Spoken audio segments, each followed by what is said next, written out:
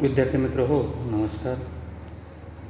आजच्या या तासिकेमध्ये आपण BA द्वितीय वर्ष आणि या अभ्यासक्रमासाठी असलेली व्यंकटेश माडगूळकर यांची बनगरवाडी ही कादंबरी याचा अभ्यास करणार आहोत. यापूर्वीच्या तासिकेमधून आपण या कादंबरीतील एक महत्त्वपूर्ण व्यक्तिरेखा असलेले राजाराम मास्तर हे बनगरवाडी येथे येतात.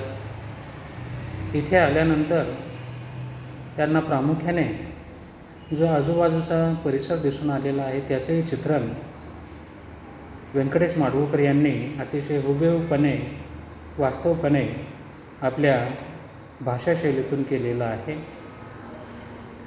राजाराम मास्तर या ठिकाणी जेव्हा बनगरवाडी या गावामध्ये शाळेत रुजू होण्यासाठी येतात तेव्हा सर्वप्रथम त्यांना दादू नावाचा व्यक्ती भेटलेला आहे आणि त्याच्यासोबत जे संवाद झालेला आहे त्या संवादातून थोडेसे राजाराम मास्तर नाराज झालेले आहे.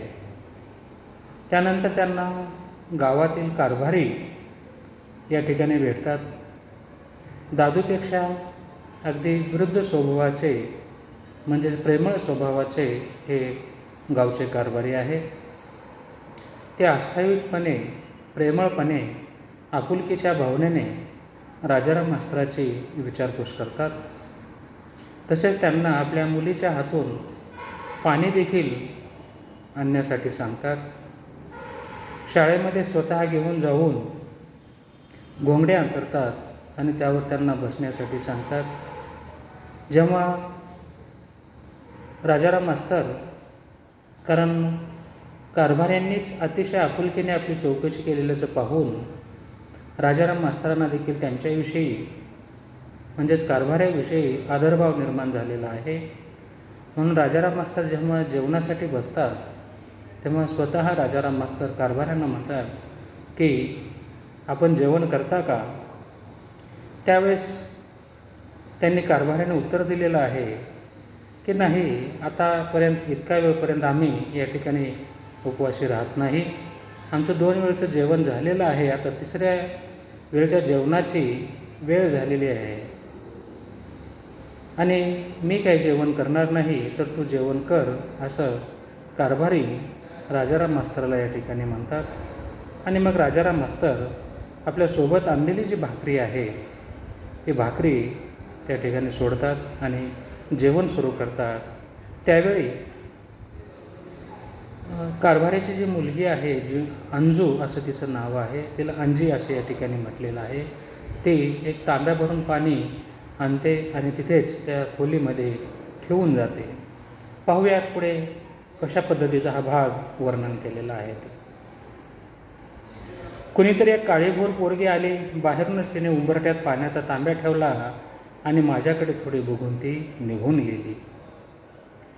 एक गुडघा उभा करून बसलेला म्हातारा कमरेची तंबाखूची पिशवी काढून तीत बोटे घालू लागला. म्हणजे या ठिकाणी कारभाऱ्याच्या मुलीने म्हणजे अंजूने तांब्याभर पाणी आणून त्या ठिकाणी ठेवलेलं आहे आणि कारभारी राजाराम मास्तरांच्या समोरच शाळेमध्ये बसून त्या ठिकाणी आहेत. मग ते कशा पद्धतीने बसले होते, राजाराम मास्तर जेवण करत असताना ते काय करतात या प्रसंगाचंही वर्णन केलेलं आहे की राजाराम मास्तर जेवणासाठी सुरू करतात. त्यावेळी तिथेच हा जो कारभारी आहे तो त्या जागेवर बसतो आहे. एक गुडघा उभा करून बसलेला म्हातारा म्हणजे त्या कारभाऱ्याचं वर्णन आहे. तो आपल्या कमरेची तंबाखूची पिशवी काढतो आहे आणि तो तंबाखू खाण्यासाठी सुरुवात करतो आहे.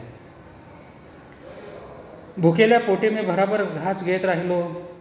घेता घेता त्या म्हाताऱ्याकडे पाहू लागलो आणि आता भूक लागलेली आहे. यापूर्वी हा भाग येथे वर्णन करण्यात आलेला आहे. आपण तो पाहिलेला आहे की सकाळीच काळोखामध्ये निघाल्यामुळे त्यांना इथे बनगरवाडीला पोहोचण्यासाठी बराच वेळ झालेला आहे. ऊनही वाढलेलं होतं आणि आतापर्यंत त्यांनी जेवणाचा एक घासही घेतलेला नव्हता किंवा पाणी देखील त्यांनी आतापर्यंत पिलेलं नव्हतं आणि तहानी आणि भूक लागलेली होती. आता पाण्याची व्यवस्था कारभारीने केलेली आहे आणि सोबत स्वतःची भाकरी असल्यामुळे ते आता भूक लागल्यामुळे जेवण्यासाठी सुरुवात ते करतात आणि जेवण करता करताच त्यांनी घास घेत असतानाच म्हाताऱ्याकडे पाहिलेलं आहे. आणि तो म्हातारा कसा दिसतो आहे यापूर्वी तर आपण पाहिलेलं आहे. त्याला कारभारी हे नाव आहे. हे कारभारी दिसण्यासाठी कसे आहेत? वयोवृद्ध आहेत. त्यांचं वय किती आहे याचा उल्लेख इथे करण्यात आलेला नाही, परंतु त्यांच्या देहबोलीचं जेव्हा या ठिकाणी पुढे वर्णन केलेलं आहे, ते वर्णन जेव्हा आपण पाहू तेव्हा असं आपल्या लक्षात येईल की ते अतिशय वयोवृद्ध आहेत, हे आपणास दिसून येतं. पहा पुढे व्यंकटेश माडगूळकर यांनी त्यांचं अतिशय हुबेहूब असं वर्णन केलेलं आहे. डोक्याचे मुंडासे सोडले, अर्धे धोतर सोडले तर त्याच्या अंगावर काही नव्हते. म्हणजे त्याची जी वेशभूषा आहे, त्याने जो परिधान केलेला पेहराव आहे, या प्रसंगीचं वर्णन करत असताना व्यंकटेश माडगूळकर येथे पुढील प्रमाणे वर्णन करतात. जे राजाराम मास्तरांना दिसून आलेलं आहे ते त्याच्या पाहण्यातून व्यंकटेश माडगूळकर आपल्या शब्दसामर्थ्याच्याद्वारे हे वर्णन करताना दिसून येतात. आणि राजाराम मास्तरांनी पाहिलेलं आहे या कारभाऱ्याकडे, तर त्याच्या डोक्याचं एक मुंडासे, त्याला आपण फेटा असेही म्हणू, बोलीभाषेमध्ये त्याला मुंडासे असे या ठिकाणी म्हटलेलं आहे. त्याच्या डोक्याचे मुंडासे सोडले, म्हणजे डोक्यावर मुंडासे बांधलेला आहे आणि त्याच्या कमरेला अर्ध धोतर आहे, म्हणजे गुडघ्यापर्यंत ते धोतर या ठिकाणी आहे. म्हणून म्हणते डोक्याचे मुंडासे सोडले आणि अर्ध धोतर जर सोडलं तर त्याच्या अंगावर काही नव्हतं. म्हणजे त्याच्या अंगावर जो त्याने परिधान केलेला पोशाख म्हणूया आता, किंवा त्याचं जे अंगावर जे वस्त्र दिसत आहेत, त्या वस्त्राचं जे वर्णन केलेलं आहे ते पुढील प्रमाणे आहे की डोक्याचं मुंडासं सोडलं आणि धोतर सोडलं तर त्याच्या अंगावर त्या ठिकाणी काही नव्हतं. म्हणजे तो फक्त धोतर आणि मुंडासे परिधान केलेला आहे हे या ठिकाणी दिसून येतं. तर त्याच्या अंगावर काही नव्हते. ज्या मातीत तो दिवसभर मेंढरामागे हिंडत असेल त्या मातीप्रमाणे, त्या मेंढराप्रमाणे त्याचा रंग देखील काळाभोर झाला होता. आणि त्यांनी वर्णन केलेलं आहे की आता दिवसभर हे गाव बनगरवाडीतील सर्वच व्यक्ती आपल्या शेती आणि मेंढर सांभाळणे एवढंच त्यांच्या उदरनिर्वाहाचं साधन आहे. आणि हे उदरनिर्वाहाचं साधन या ठिकाणी असल्यामुळे सकाळी सकाळीच हे सर्व बनगरवाडीतील जे काही नागरिक आहेत, पुरुष मंडळी असेल किंवा स्त्रिया असतील, लहान मुलं असतील, हे मेंढरं चारण्यासाठी त्या ठिकाणी जाताना दिसून येतात. म्हणून या ठिकाणी हा कारभारी देखील आपले दैनंदिन कामं या ठिकाणी करतो आहे आणि दिवसभर मेंढरामागे तो त्या ठिकाणी राहत असल्यामुळे ऊन वारा पाऊस यांचा अशा स्वरूपाचं हा दिनक्रम आहे. आणि मेंढरामागे तो दिवसभर या ठिकाणी असं असल्यामुळे ज्या पद्धतीने मेंढरे हे काळे असतात त्याच पद्धतीने याचा चेहरा देखील किंवा याचा रंग देखील काळा झालेला आहे असं प्रथमदर्शनी आपल्या लक्षात येतं, जे कादंबरीकाराने इथे हुबेहूबपणे वर्णन केलेलं आहे. मेंढराप्रमाणे त्याचा रंगही काळाभोर होता. अंगकाठी सडसडीत होती, म्हणजे सडपातळ बांध्याचा हा कारभारी आहे.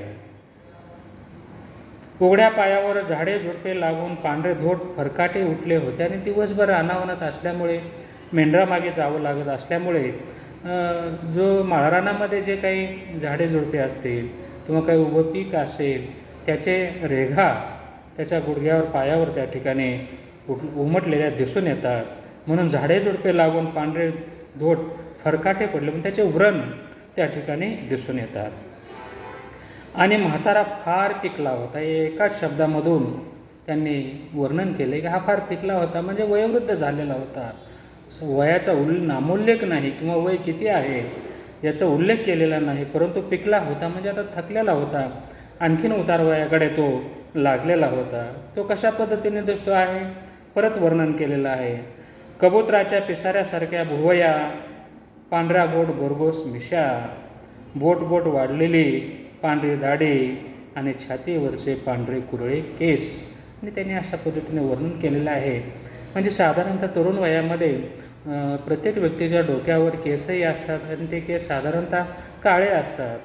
आता सध्या या ठिकाणी परिस्थिती पाहिली तर आता तरुण वयातच अनेकांचे केस गेलेले दिसून येतात किंवा त्यांचे केस पांढरेही झालेले दिसून येतात. परंतु इथं जो हा कारभारी वर्णन केलेला आहे, या कारभाऱ्याचा हा फार पिकला आहे, म्हणजे फार थकलेला आहे तो. आणि कबुतराच्या पिसाऱ्यासारख्या भुवया पांढऱ्या घोट झालेल्या होत्या, म्हणजे त्याच्या ज्या भुवया आहेत त्या भुवया देखील पांढऱ्या झालेल्या आहेत, मिशा देखील त्याच्या पांढऱ्या झालेल्या आहे आणि दाढी देखील काय त्याची मोठ्या प्रमाणामध्ये वाढलेली आहे आणि ती दाढी देखील पांढरी झालेली आहे.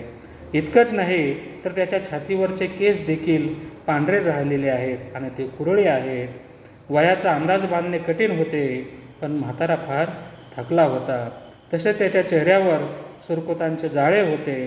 हातापायावरच्या शिरा फुगल्या होत्या, जागजागी गाठल्या फुटल्या होत्या. मग अशा पद्धतीने कारभाऱ्याचा एक वर्णन जे आहे तो दिसायला कसा आहे, त्याने काय परिधान केलेलं आहे याची एक हुबेहूब मांडणी कादंबरीकार व्यंकटेश माडगूळकर यांनी केलेली आहे.